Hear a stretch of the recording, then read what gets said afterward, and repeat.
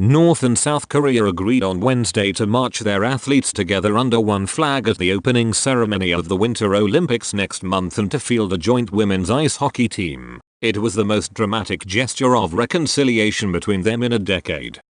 South Korea, host of the Games, has said it hopes such a partnership in sports could contribute to a political thaw after years of high tensions. It came even as the prospect of war over the North's nuclear and missile tests has grown especially acute. The Games will begin on the 9th of February in Pyeongchang, South Korea, and the women's ice hockey squad will be the first combined Korean team for the Olympics, and the first unified team since their athletes played together for an international table tennis championship and a youth soccer tournament in 1991. The two countries' delegations will march at the opening ceremony behind a unified Korea flag that shows an undivided Korean peninsula, negotiators from both sides said in a joint news release after talks at the border village of Panmunjom. The North will send 230 supporters to the Games, and negotiators agreed that supporters of both Koreas would root together for athletes from both countries. The prospect of North and South Koreans cheering together offers a stunning contrast to the bombastic rhetoric of possible war from North Korea's leader, Kim Jong-un, and President Trump of the United States, South Korea's main ally. Mr. Trump has threatened the North with fire and fury like the world has never seen should it put the security of Americans and their allies at risk. Mr. Kim has called Mr. Trump a lunatic.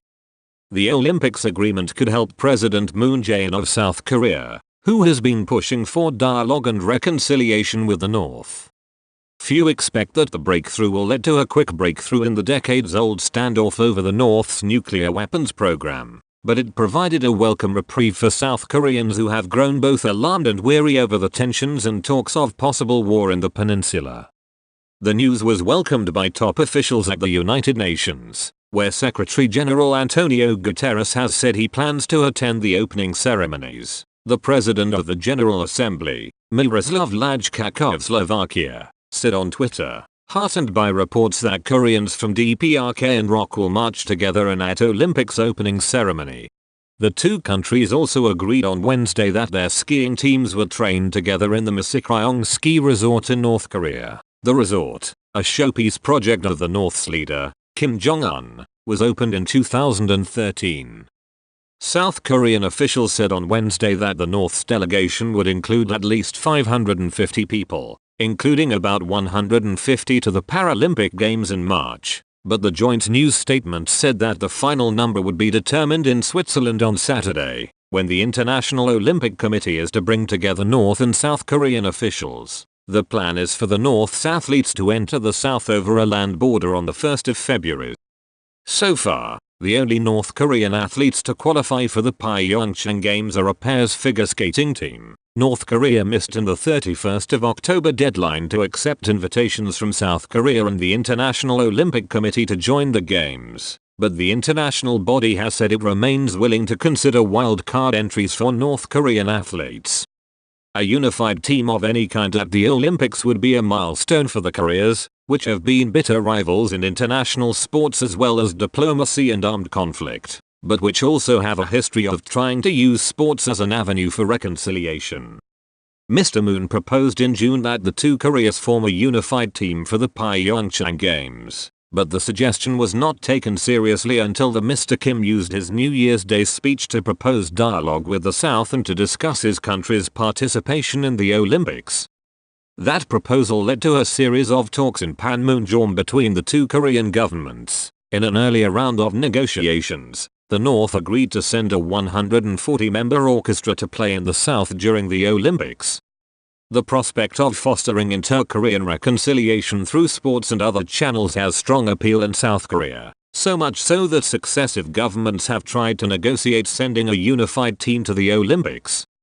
Such efforts have sometimes led to breakthroughs. In 2000, the year of the first inter-Korean summit meeting, the country's delegations marched together at the opening ceremony of the Sydney Olympics. They have marched together 9 times, including in Athens in 2004, carrying a blue and white flag representing a united Korea, and at the 2006 Winter Olympics, the two Koreas last marched together in the Asian Winter Games of 2007.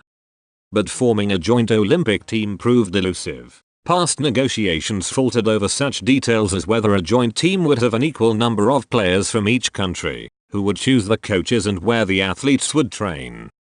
South Korean athletes, who have far more resources and Olympic experience than their counterparts from the North, have balked in the past at the idea of sacrificing their hard-earned prospects for the sake of parity with North Korea in a united team. South Korean news outlets have reported that the South asked the International Olympic Committee to allow a unified hockey team to have an expanded roster, so that none of the South Korean players would have to bow out of the games.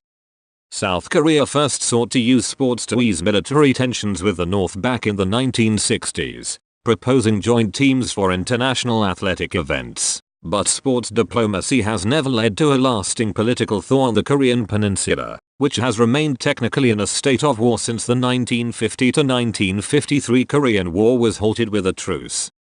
The two Koreas negotiated sharing some of the 1988 Seoul Olympics after South Korea won the right to play host to the games, but the talks collapsed and the North bombed a South Korean passenger jet in 1987 in an attempt to disrupt the games in the South.